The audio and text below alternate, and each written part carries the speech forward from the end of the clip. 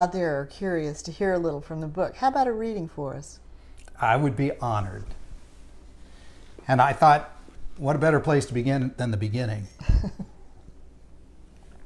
Some people have already read the book, and they've sent me wonderful notes, but I do want to say my friend is also a publisher, and I sent the book to Tom, and I said, can you please, Dr. Tom Williams, I said, Tom, can you read this and give me some suggestions? And he said, Mark, your writing's good, but your beginning stinks. He said, you need to grab people at the very beginning. So I rewrote the whole beginning, and I thought about the news and the media and how they always say if it bleeds, it leads. And they start with some tragedy or a fire. And I thought, well, the day we were leaving Cleveland, or the day before, there was a fire. And so I thought, that's where I'm going to start. At the moment, our home is on fire. Tomorrow is moving day, the day the movers will arrive to pack up our belongings, load them into a truck, and whisk them away. That is, if our belongings aren't soaked or smoked or worse, blackened by whatever smoldering crisis has presently driven us out of our apartment and down onto the city street 4 stories below. You might call this bad timing. The fact that our building has ignited the day before we were scheduled to move doesn't surprise me, given the challenges we've had with our historic home throughout the last decade in Cleveland, where obstacles and discouragement have been common. The work of condo ownership in downtown Cleveland, like the work of the city itself, has been heavy lifting. I chuckle to myself and wonder if we'll ever get out from underneath our condo.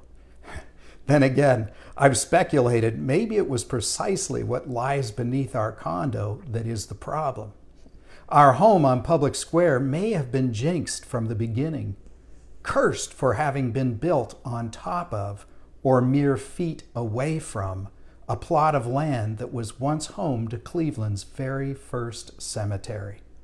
They moved the headstones to the Erie Street Cemetery roughly 65 years before our 9-story was erected in 1904. But did they really move the bodies? I wonder, though, if it was more likely that my own ghosts were holding me back, unconsciously willing us to stay in Cleveland. For 11 years, I had invested all that I had and all that I was into making it home. Cleveland and its historic city center church gave me purpose and passion and an opportunity to lose myself for a cause.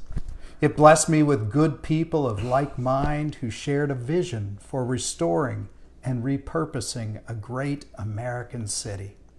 The Christian idealist in me believed that if God could raise up Jesus on Easter morning, then God could most certainly raise up a dying city like Cleveland, which, quantifiably speaking, in the year 2008, the year I followed a call to Cleveland, it was. I trusted that along the way God might give me, a wandering preacher who was still searching for his place in this world, a home in Cleveland, or at least the opportunity to make one. And so I placed my heart upon the altar of the good work that Cleveland offered me until I had very little left of my heart to give. The afternoon of the fire, I battled with a stubborn 3-inch screw that refused to release its grip from the metal wall mount of my floating desk in the study of our condo. My mulish determination to salvage every single piece of hardware necessary to remount the desk elsewhere, and the relentless torque from my power screwdriver slipping from the grooves on the head of the fastener caused the screw to spark. When I finally yanked it free with a pair of pliers, leaving a gaping hole in the wall that would later demand spackling, the screw was hot to the touch. Just 10 minutes later, the fire alarm wailed throughout the building. For a brief moment, I panicked. Had I caused that? Did my sparking wall screw ignite the fire that would drive Beth and me and a dozen friends and neighbors out into the damp to the bone afternoon with puppies, laptops, and other personal items tucked under our arms? The answer to that question was no, of course. We would learn later that the root cause of all the smoke was mechanical and located 5 floors below us and on the other side of the building. The fact that I thought I might have had something to do with the fire, however, was telling. Was there something still residing within me? A ghost in my heart that refused to let go of Cleveland? Was I the obstinate piece of hardware, like the screw anchored in the study wall, so invested in my Cleveland home that I could have unconsciously sparked a fire in our own building just so that we wouldn't have to leave? Was I trying to lock in for a few more years in spite of all that was driving us away? Cleveland isn't an easy city to live in, let alone thrive. For all its treasures, Cleveland can cause you more than a fair share of grief if you happen to love it too much, which I did. I loved Cleveland.